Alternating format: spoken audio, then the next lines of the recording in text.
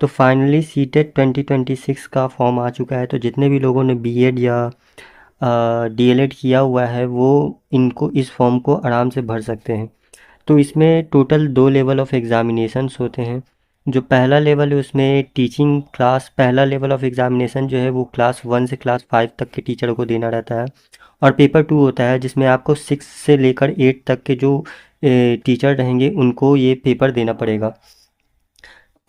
Candidate, ऐसे candidate जिन्होंने BEd किया हुआ है वो दोनों पेपर दे सकते हैं, लेकिन जो डीएलएड किए हुए हैं वो बस 1 to 5 वाला पेपर यानी कि पेपर 1 दे सकते हैं। इसका पैटर्न का बात करें तो सीडीपी पेपर 1 में होता है जिसमें 30 क्वेश्चन रहते हैं 30 मार्क्स के। लैंग्वेज पेपर 30 मार्क्स का, 30 क्वेश्चन 30 मार्क्स का। उसके बाद 2 लैंग्वेज पेपर होता है, एक मैथमेटिक्स पेपर होता है, एक इन्वायरमेंटल का पेपर होता है। सीडीएस पेपर का मतलब होता है कि मतलब जनरल क्वेश्चंस पूछेगा आपको, स्टूडेंट कैसे मैनेज करेंगे उसके बारे में। उसके बाद ये पैटर्न 2 पेपर 2 में भी वही CDS, student how to manage the student. Language 1 paper, language 2 paper, और उसके बाद मैथ, साइंस और सोशल स्टडीज़ का भी पेपर होता है। टोटल 150 मार्क्स का टोटल पेपर रहता है। ओएमआर में, ऑफलाइन में, ये इसका computer based examination, CBD examination नहीं होता है। इसमें पेन और पेपर का इस्तेमाल किया जाता है।